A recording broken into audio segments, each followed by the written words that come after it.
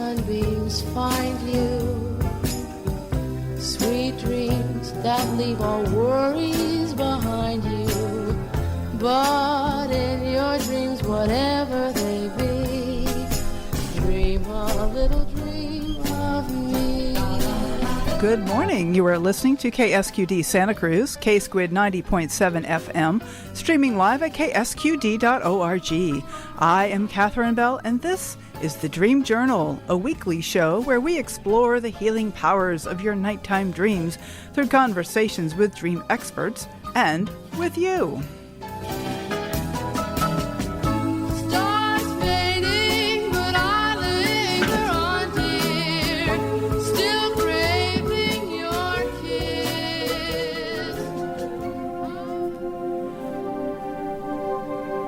In the words of Carl Jung, who looks outside dreams, who looks inside awakens. Today's music, created new for you again today by Rick Kleffel, is called Recessional. You can get recordings of this music at narrativespecies.com. Wonderful for background music to listen while writing, reading, or talking. Do you ever dream about things that later come to pass? We are speaking today with Eric Wargo about his recent book, Precognitive Dreaming and the Long Self, Interpreting Messages from Your Future. This is Catherine Bell of Experiential Dreamwork, and welcome to the Dream Journal. The Dream Journal is also a podcast, so you can look for that on all of your regular podcast places, and also on the KSQD website at ksqd.org/the-dream-journal. So look for the Dream Journal, review it, subscribe, but most importantly, tell your friends. I mean, it gives a good chance to talk about dreams, and why not talk about dreams? So, starting with my personal dream work, I was kind of scouring my dreams looking for any hints of precognition, and I can tell you I came up with a fairly trivial example, but I don't know, what the heck, maybe maybe that's how it starts. So, this was one where I am wearing this kind of dowdy navy blue skirt, and I'm like, I don't like this that much. This is the dream. And I go into my closet, and lo and behold, there are these garments that are long and pale pastel, kind of lavender, and then there's another one. There's one lavender, and there's one that's turquoise, and I just feel so much better. And I'm like, oh yeah, this is good. And so, retail therapy. I went shopping, and so I just arrived in the box today. The garments, very similar to what I had seen in my dream. And I was thinking our guest today talks about that we are foreseeing our future selves. And so, as I tried on these garments and looked at how I felt in them, it's like that's kind of was the feeling of the dream. So we're going to go into that kind of a thing with Eric Wargo today. First of all, let me remind you that during the last 20 minutes of the show, there will be call-ins available. You're also welcome to email us at any time at onair@ksqd.org. Rick Kleffel is here manning the board, and he'll be checking the email throughout the show. Eric Wargo is a science writer, paranormal researcher, and futurist in Washington, D.C., and he has a Ph.D. in anthropology from Emory University. His main interests are in precognition, seeing and feeling the future, precognition's role in dreams and creativity, and the physics of time travel. He is the author of the books Time Loops and his new book, Precognitive Dreamwork and the Long Self, and is currently working on a book about precognition in the lives of artists and writers. In his spare time, Wargo writes about science fiction, consciousness, and parapsychology at his popular blog, The Nightshirt. So you can contact Eric at thenightshirt.com. All right, Eric, can we hear you? Hello, Eric Wargo. Hi, Catherine. Got you. Okay, well, we have had quite a meltdown here, but with the whole system. But we have succeeded. There are ways. We have ways. Excellent. So we have got you far out. So Eric, Wargo, my goodness, it's funny. You talk about precognition and how it's about sensing your future self and the feelings that you have in the future, as I understand. Is that a good way to describe that? Yeah, that's a good one sentence summation. Yeah.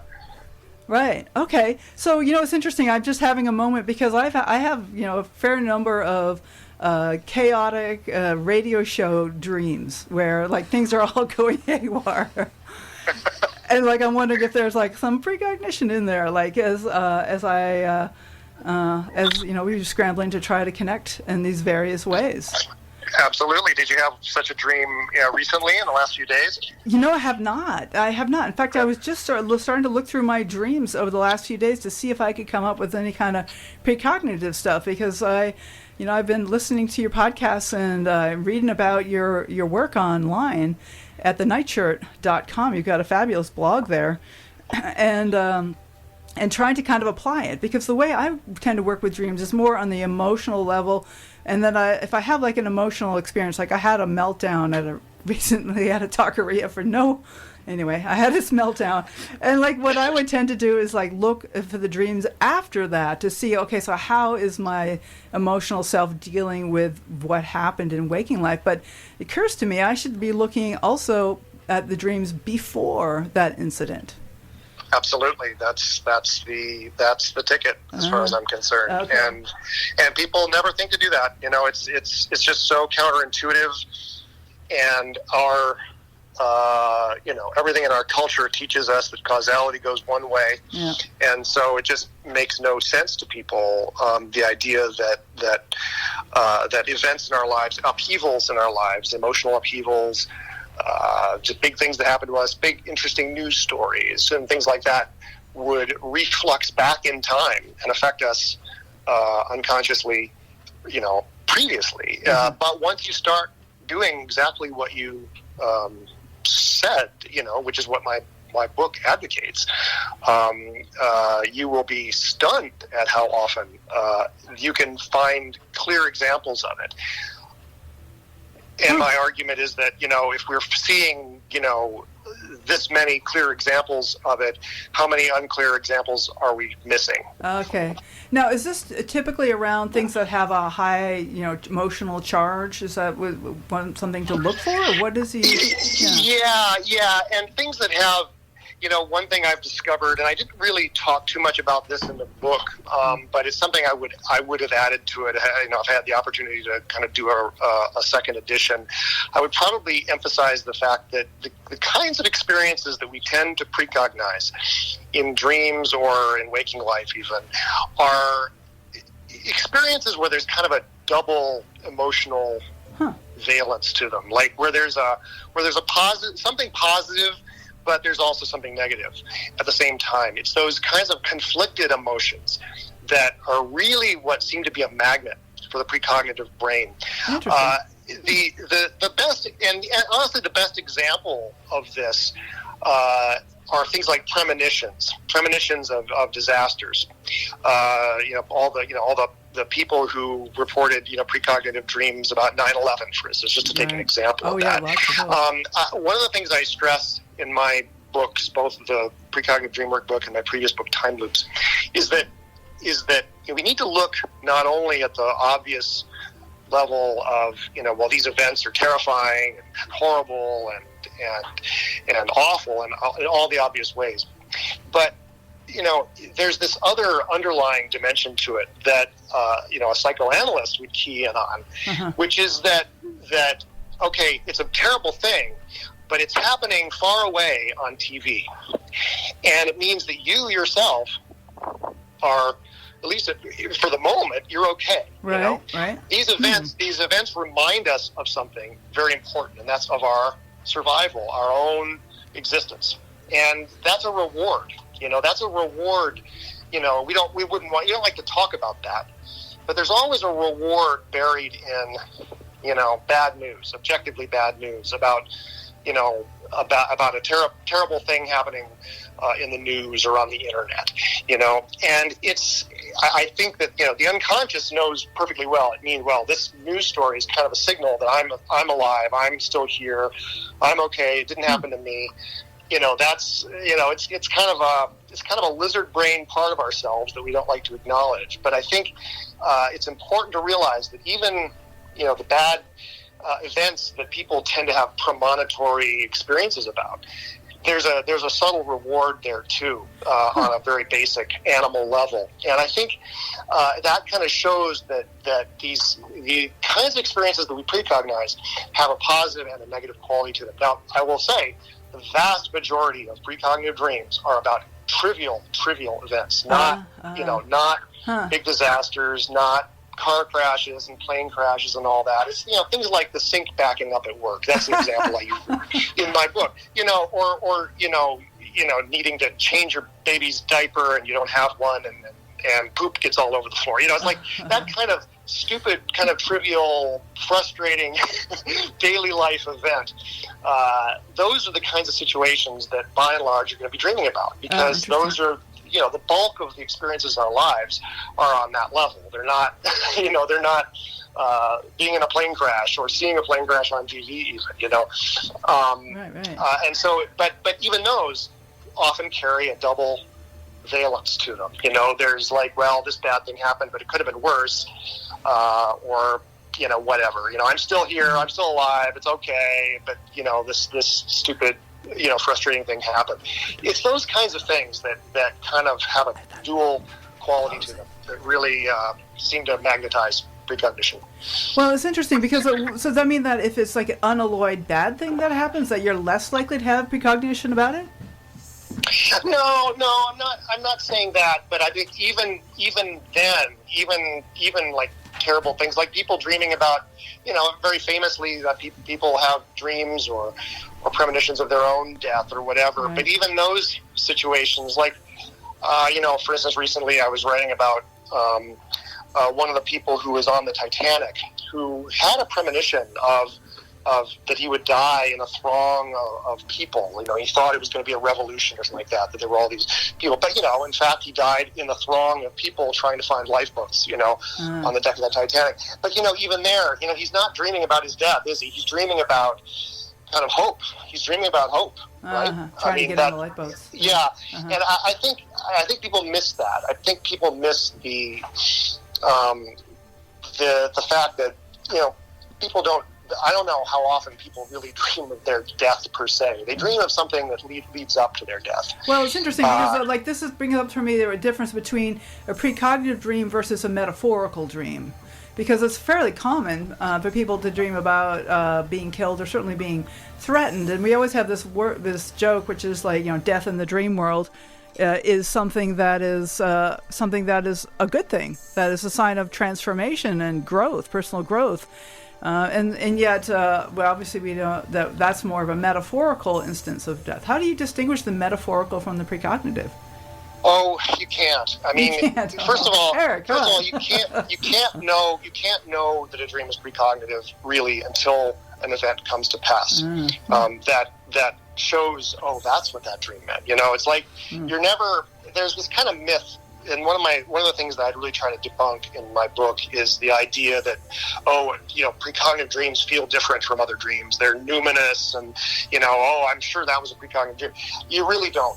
Precognitive dreams can be the most mundane, boring, ridiculous or trivial seeming dreams, and yet they can have a real powerful precognitive content once you live through the event or the experience that the dream was precognizing. So there's really no way to know in advance that a dream is precognitive versus something else. And also, another reason you can't really tell the difference is that that's not really a meaningful question, I think, because even precognitive dreams speak in metaphor. I mean, all of our dreams speak in symbols. It's very rare, the kind of stereotypical movie, precognitive dream which is kind of video quality, of the experience, is very, very rare. Most dreams are a sort of symbolic version of a future experience. And so, all dreams speak in this language of symbol and metaphor. So yeah, you really can't. It's not like you can split them into two groups. I mean, they're all dreams, I believe, are metaphoric to a degree. And I also think my sort of my bold assertion, or my bold hypothesis at least, is that all dreams are precognitive, and we just don't know it. But there would be no way to prove that. But it's so prevalent that it doesn't make sense that evolution would give us this capacity without it really being kind of basic to our cognitive functioning in a way that we just don't understand at this point. Okay. Well, thanks. We're going to talk a lot more to Eric Wargo, and I want to interesting some of the ideas about the subconscious and how this is like a part of ourselves. But we're going to take a short break and play a piece of music, and this is the Squid, K-Squid 90.7 FM, streaming live at ksqd.org. My name is Catherine Bell, and my guest today is Eric Wargo at the Nightshirt.com, and we're talking about his book, Precognitive Dreamwork and the Long Self.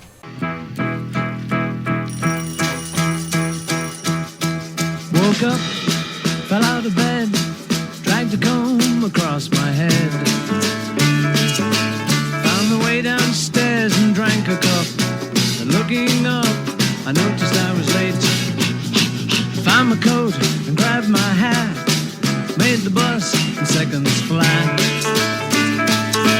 Found my way upstairs and had a smoke, and somebody spoke and I went into a dream. Okay, so this is the Dream Journal. My name is Catherine Bell, and my guest today is Eric Wargo. So we're talking about precognitive dreamwork and the long self. So this is the part of the book here that I'm curious about. What is this, the long self? I've heard you talking a little bit about the subconscious and how this is something about our future self. Or can you say a little more? What do you mean by the long self? Yeah, I think we habitually go through life sort of thinking that we are who we are at the present moment, and that we don't think about our future. First of all, our future life, our future self, as being important to what we're thinking and doing right now. We may think about our past as being important, in the form of memory and the experiences that have formed us and shaped us. But then too, we think of the past as dead and gone. That it's gone, and especially in our individualistic, culture, we think of the past as something we can freely dispense with if we choose to. So we kind of, both the past and the future kind of have diminished importance, I think, for people. And I'm trying to get people to see that that's not right, and that at every moment in our lives we are intimately, closely connected, not only to our past, to past experiences that aren't really dead and gone, but also to our future life. Our whole future life, still ahead of us, is actually speaking to us right now. There is a definite, you and I both have a definite future ahead of us. So we don't know what it is. We can't ever know what it is. But those experiences that we're going to have in our future, tomorrow, a year from now, 10 years from now, whatever, are influencing us right now. They're shaping us right now. And I think, and they do it, in an unconscious way. One of the reasons that I talk a lot about Freud in both of my books is that I think that, people think that, Freud is, some white guy who's been, yeah, really, been debunked or something like that, and that's not the case. I mean, a lot of his specific claims have been, shown to be, pretty weak, but his general premise about the unconscious, what people call his metapsychology, that is to say, the relationship between the conscious and the unconscious, that has held up, extraordinarily well. I mean, neuroscientists basically are talking in these terms now. They just use different words for it. But what I think that Freud really did, he didn't believe in precognition, by the way, but But what I think he did was he provided essentially the rudiments of a theory of precognition. We just have to turn his, people think of the iceberg, of the conscious is the tip of the iceberg, and then the bulk of the iceberg is underwater, and that's the unconscious.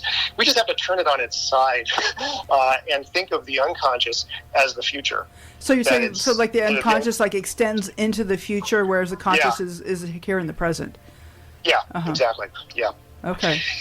And it's, the precognition influences us, impacts us, affects us in all the ways that Freud identified for the unconscious. So not only dreams, his landmark book was The Interpretation of Dreams, and that's the way that most people get in touch with their unconscious precognition. But it also happens in all, things like slips of the tongue and art and all the other kinds of manifestations of the unconscious that Freud mapped out in his books. You can easily transpose the word precognition onto, replace the word unconscious with precognition, and it works very, very well. So I sort of see him as a kind of pioneer in the study of precognition, even though he didn't believe in it himself.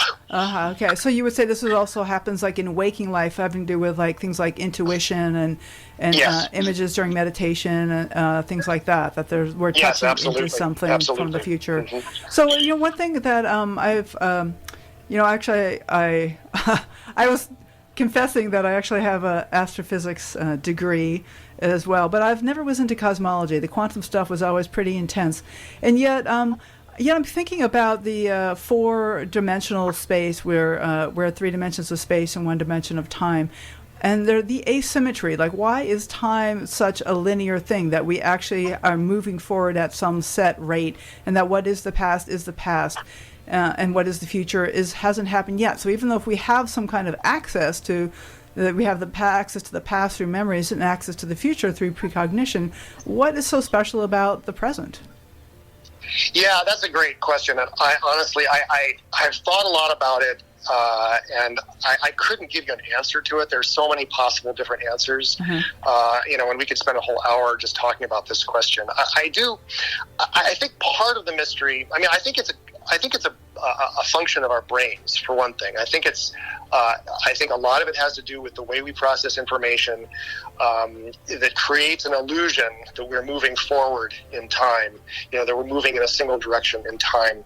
I think it is an illusion partly created by our brains. And the reason, why is that?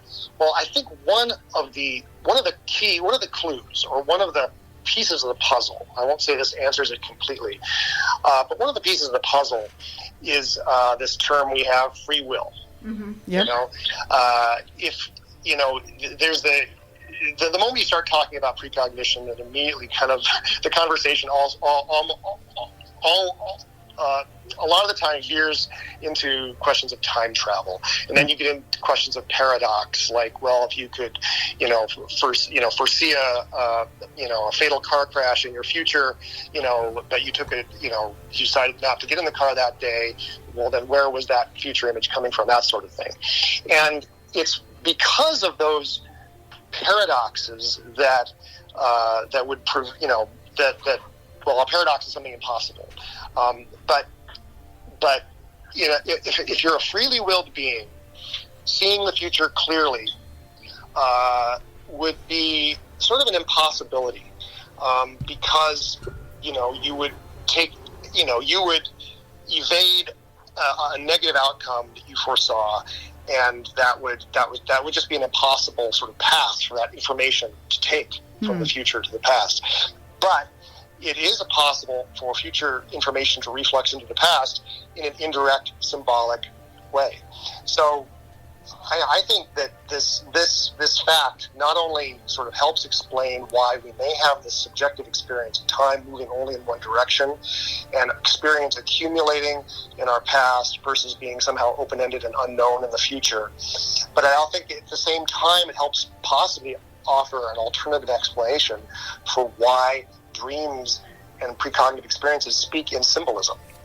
I think I'm very intrigued by the fact that this problem of free will and time travel actually creates a kind of linkage in a way between Einstein and Freud. I love that. In thinking about the unconscious and about time. Story of my life. That's I can give my speculations. I think those are some of them, but I can't. That's not a complete answer. Right. I don't have the complete answer. Okay, well, there's something here that's coming up for me. It's something I've like the photons that I have often mull over the whole thing of a photon. It's traveling as fast as the speed of light, and as we know about time dilation, that it basically doesn't experience time because it is traveling as fast as light as itself. Right. And so if you think of like a photon is created through as an electron drops down a level in a atomic shell somewhere, and then it's absorbed again somewhere later as it creates an electron moving back up into a shell at some distant location. And yet the photon must experience itself as one entity with its foot in one atom and its head in the other atom. But it's kind of a timeless thing from the experience of the photon. Yeah. It's an instantaneous thing. I mean, the photon has no time. Right. And is there some way that we, like, because of we have such materiality and we're not traveling at the speed of light, so that we actually experience the footprint of our birth, and then we actually have a destination of our when we die, so that there's something about materiality, perhaps, that makes that asymmetry. This is again a speculation, just as you are speculating, but it's interesting to mull over and think about. Yeah, absolutely. I mean, I love that John Lennon quote. Time is is the way of nature's way of keeping everything from happening at once. Right. And that it sounds like just a off the cuff joke, but actually that's incredibly profound. When you start to think about it, it's exactly what you're saying. Yeah.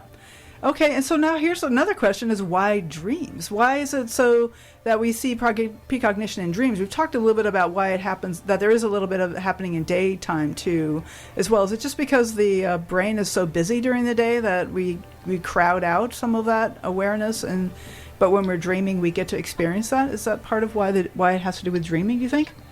Well, that's always been the assumption. I mean, I think people who study precognition and precognitive dreams always assume that, when the brain is kind of offline and it doesn't have to busy itself, taking care of our daily needs, then it's kind of more free to expand in time and space and so on. I think that's probably partly true.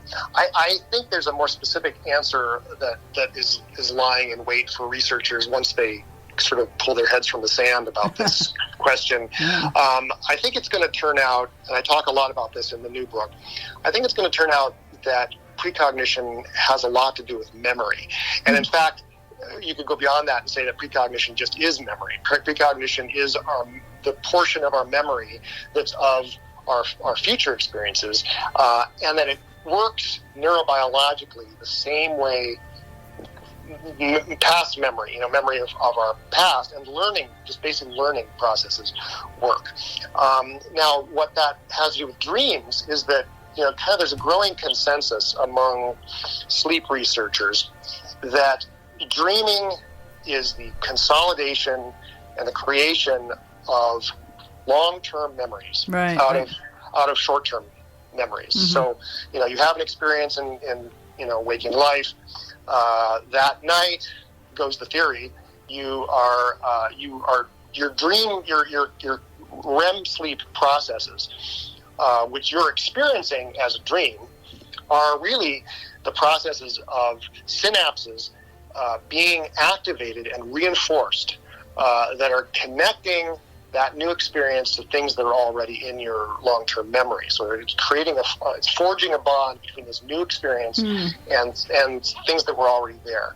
And it's reinforcing existing synaptic connections that have been, that some new experience has only sort of strengthened or reinforced. So that's reinforcing what you already know.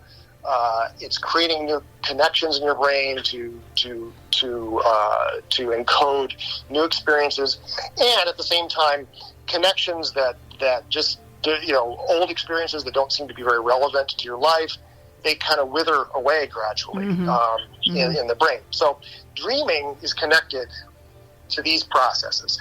Now, if indeed we are, our future experiences are impacting us as well as past ones, then that dreaming process is going to be incorporating, encoding future experiences, future learning experiences, as well as past ones. So that's the theory. That's the idea. Well, yeah. Oh, I just wanted to jump in on a kind of a psychological point of view, is that I have found that dream work has really helped me to reframe my past, and that I was, very unhappy for a long time. But then the dream work kind of helped me to see that I was, doing the best I could, and that I've come to where I am. And so in some ways it's okay. Kind of it all worked out. So there's like a reframing that happens during dream work, even just in the normal psychological sense. But it sounds like you're suggesting there may be something even more profound of actually influencing who I was in the past by my current work. Yeah, absolutely. Absolutely. And that honestly is the most mind-blowing implication of precognition. And it's so counterintuitive that people miss it when they first encounter this idea, when they think, well, it's cool. Okay, maybe in my dreams I can get a preview, or I can be influenced by some future experience. But if that is the case, then experiences you're having right now are influencing your past. They have influenced you. You are a product of some kind of mental preview or cognitive, preview or premonition or whatever of experiences that you are living through right now. Mm-hmm. Which means, yes, you are influencing. You're exerting an influence on who you are through who you were. And that's that's the concept of a long self. That's what when you start doing precognitive dream work, you become awakened to this fact that you now shaped who you were, a year ago, 10 years ago, 30 years ago. I've got so many examples, both from my own dream journals and from other dream workers that I've been in contact with in the last few years. Where powerful precognitive dreams that actually altered a person's life. They didn't know it was precognitive, but the dreams that altered their life in some significant way then turned out to be precognitive, something happening in their life, 30 years later. I mean, this just happens. This is real. And that's, it's profound when you start, realizing this not only intellectually, but actually viscerally, that this is happening in my life. This is, I'm a product of time loops. Well, I'd like an example of that. Like, can you share something that maybe from your experience or from someone else, like please. Yeah, well, one of the chapters in my new book is a very mind-blowing story, and it's like, it's going to take a few minutes to tell. I hope we have a few minutes. After I published, very shortly after I published my first book, Time Loops, I got an email from a woman I had not had heard from in 30 years since I graduated college. And she'd been a housemate of mine, along with a bunch of other friends one year when I was a junior. And I think she was a sophomore at the time. And anyway, she reached out to me and was like, we've got to talk. I've got this very weird story to tell you. And anyway, she told me the story. And by the way, this is a person I respect very much. I mean, she's she wasn't, there was no sense that she was being dishonest or anything about this. She told me that at the time that we had shared this basement, there was a bunch of us at the University of Colorado, in Boulder, and we'd been sharing a cheap basement like students do, And anyway, during that year, she had to withdraw from school because of severe depression. And that's all I knew. I didn't really know her that well at the time. But she told me that actually it's not necessarily what precipitated the depression, but it was a part of it. She had this series of terrible dreams that she was, that she was basically trying to kill this boy that she'd known in second grade, like years and years earlier, in a city that she didn't even live in anymore. Mm-hmm. This kid was looming over her, and she was trying to kill him in a certain way. Okay, and these dreams were incredibly troubling. to her. Well, long story short, there are a lot of sort of things in between, but I'll fast forward to the conclusion. She had a couple of further dreams about this kid over the years, and then most recently, she had another dream, and at this point, she was able to do what she hadn't been able to do previously, which was Google him. She Right. Googled the name of this kid. Why not? Well, she found terrible news that this kid had been murdered in exactly the way she had been trying to kill him in her dreams. Okay. Well, this put her in a really weird mental state. She was actually really an adept dream worker by this point. She had kept a dream journal for years and years, closely observed her dreams, did active imagination, and so on.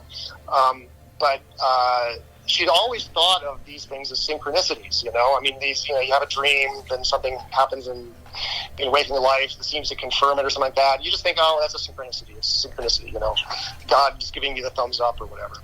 Well, this was like, she didn't know what to think about this. It was so weird. And in that kind of altered state of mind, after making this discovery about this former, this second grade classmate of hers, she decided to Google the other people that she lived with that year in college, and she Googled me, and she discovered we hadn't had any contact, at all in the interim.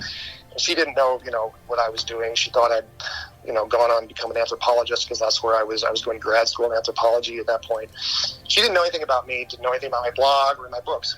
Well, she Googles me and discovers that I've just written a book about precognitive dreams in my first book, Time Loops. Mm-hmm. And so she, buys the book, reads my blog, and this reaches out to me and tells me this story. And so we spent, the subsequent, months, engaged in, extensive emails trying to understand this experience. And there are many, many, many other similar ones in her dream journals. It helped me discover similarly long distance precognitive dreams in my own journals. At that point, I had not been even expecting that I would find that some of my dreams from like the 1990s would be precognitive anything in my life now. But boom, I found multiple examples of it. In fact, I did a Google search of her name in my dream journals, and I found that I dreamed of her at one point in the late 90s. I randomly dreamed about her as a Sibyl. Okay, a Sibyl is a kind of prophetess. Right. Okay. And there's actually more details to that dream that are just unbelievably mind-blowing, and I go into them in the book, so your listeners can buy the book if they want the full story. But just amazing stuff like that. And the thing is, I've ever since the book, I've gotten lots of emails from readers who shared, similarly just mind-blowing experiences of precognitive dreams that span decades. I mean, this is not just something that happens, while you have a dream about something that happens the next day or two. I mean, that's kind of, you're going to notice those more. But if you're keeping a multi-year dream journal, you can start to notice dreams that span decades. And one of the weird details of this that I do talk about in the book a lot is that there's a tendency for the brain, I guess, to dream about sort of big events exactly a year or exactly multiple years later on the same date. It's called calendrical resonance, and it's a way that you can kind of look for precognitive dreams about sort of significant events in your life, and it's stunning. It's stunning. I mean, I had precognitive dreams about the births of both of them, about very specific details about the births of both of my children, exactly a year beforehand. That sort of thing. And the person I just told you about, Toby is her name in the book. She has many, many, many examples of this in her dream journals. Well, thank you, Eric. This is great. I want to take a short break, and I'm going to say that we can open the phones, but I'm afraid I think we're having this weird vortex continues, so I think there's a good chance the phones won't work, but go ahead and give it a try. 831-900-5773. We're just discovered that our email is even offline, so gosh, what are we going to do? So I guess this is just a very strange thing going on here. Some kind of synchronicity, I'm sure. So I guess, if you have a listener question, you can send it to me at my email. Usually I give out the station email, but we can't access even the station email. So my email is krbell6@gmail.com, and I'll check it in the next few minutes.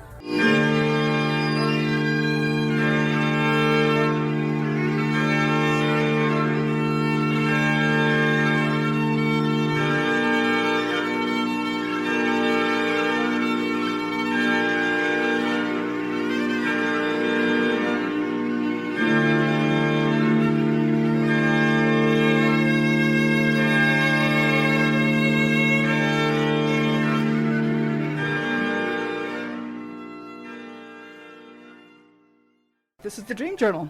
You're listening to The Squid, K-Squid 90.7 FM, streaming live, aksqd.org.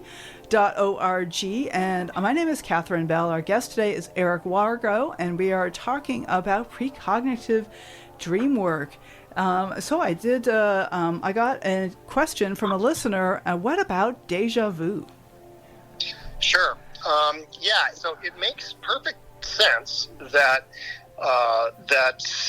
deja vu experiences could be basically sort of memories of precognizing something, perhaps in a dream, and then when you're living through the experience, like, oh my gosh, this is really familiar. You don't have a conscious memory of the actual dream, but it seems familiar for that reason. So that's a perfectly good hypothesis, and a lot of people have suggested that. Now, my only hesitation in saying, yeah, that's definitely what deja vu is that it is possible to generate deja vu experiences artificially, by poking an electrode in a certain part of the brain, and you can. There's clearly a way in which the brain is capable of misfiring, and just providing a signal of familiarity along with some experience that you're living through, and that's it's not based on probably a precognitive experience. So given the fact that the brain isn't a perfect organ, it misfires, and lots of drugs and food and all that can affect it in different ways. I'm hesitant to say that that's definitely what deja vu is, because you can generate a deja vu experience artificially. So I don't know, but it's certainly a good hypothesis. Okay. Wow. So may or may not. That's interesting. As you say, we are organic material, organic matter. So I have a listener question that was sent to me before the show, which was probably a good thing given what happening today. And one of them we've already touched on. If we can precognate future events in dreams, and what do we do in this instant affects the past? So we talked a little bit about that in your story about this friend of having a dream about murdering this person who later showed up to be murdered in waking life. And that must have given her some relief of having those dreams, to realize that it was actually having an experience of something that happened in waking life. Yeah. So what is there a question? So one of the follow-up. So I was just kind of summarizing. That was the question from our listener, and we basically have already addressed that. But then he has this follow-up question here. How do you, as an evidence science background person, distinguish for yourself this approach here, from the more woo-woo time doesn't exist thing that feels a bit too trippy for most of us most of the time? So yeah, I'm not so sure what the question is in there. Well, yeah, they may be. I don't know. I'm not sure about. They may be getting at this question of synchronicity. There's, it's sort of. Carl Jung, he's sort of a fascinating facet of this whole story of precognition, because in the middle of the 20th century, of course, he proposed a theory to explain these kinds of experiences, and of course, that's the theory of synchronicity. It's proved very popular. And nowadays, it's so popular, even without having read Jung, people will experience a coincidence or some kind of strange occurrence, and they'll say, "Oh, it's synchronicity." It's synchronicity. Now, Jung's, he really didn't. Unfortunately, he was kind of ahead of his time, and that can be bad sometimes because he didn't. He was working at a time when there really wasn't a developed concept in physics that would really help him sort of explain this principle. And that concept is what we now call retrocausation. Mm-hmm. The idea that causality is real, time is real, but causes do not just propagate from past to future, that there are special circumstances in which they can propagate from the future towards the past. And that's the sort of physical principle that I think underlies these phenomena, that underlies precognition. He did not have that. And so what he did instead was create this concept, well, time doesn't matter. We can just squash the time dimension, flatten the time dimension, I think he says at one point, and just pretend time doesn't exist. And that's not really a helpful way of looking at it, I don't think. I think it actually reveals a lot more about these experiences to actually sort of unpack them causally as well as retrocausally and see what are the chains of cause that lead to an experience, but what are the ways in which that experience may have sent information backwards within the head of an individual dreamer, for instance, and affected their choices and behavior and so on. So it's not that there's no time, or the time that doesn't exist or is meaningless, which you'll see a lot in sort of Jungian or New Age writing. It's that time is very real, and we need to learn to understand time and understand what causality really means. Right. Well, there's actually a listener, actually Chris from Felton, who's called in a few times, sends an email which seems right in line with this conversation here that kind of answers some of these issues. And what she writes is, paradox is because we are asking questions that make no sense. Like, what happens when you get to the edge of the earth where you fall off? When we thought the earth was flat. So the question just doesn't make sense because our understanding was wrong. And then she writes, time paradox questions are based on current incorrect assumptions about what reality is. That's interesting. That's absolutely correct. Absolutely correct. Yeah, like the typical time paradox question is, it's sort of predicated on time travelers suddenly making a decision to go back in time and kill their fathers like that, right. which totally makes no sense. The point is, there has to be a backstory. There has to be a rational backstory for any time traveler's, adventure in the past, and whatever they did in the past then has to be part of that backstory. And and when people sort of debunk time travel or related topics like precognition, by invoking one of these very facile kind of thought experiments, they're leaving that part out. They're leaving the part that that there's a backstory. There has to be a backstory to any time travel adventure, and that backstory includes whatever happened in the past. So that's why time travel is a much more fascinating and difficult topic to think about, really, than the way it's often made out to be.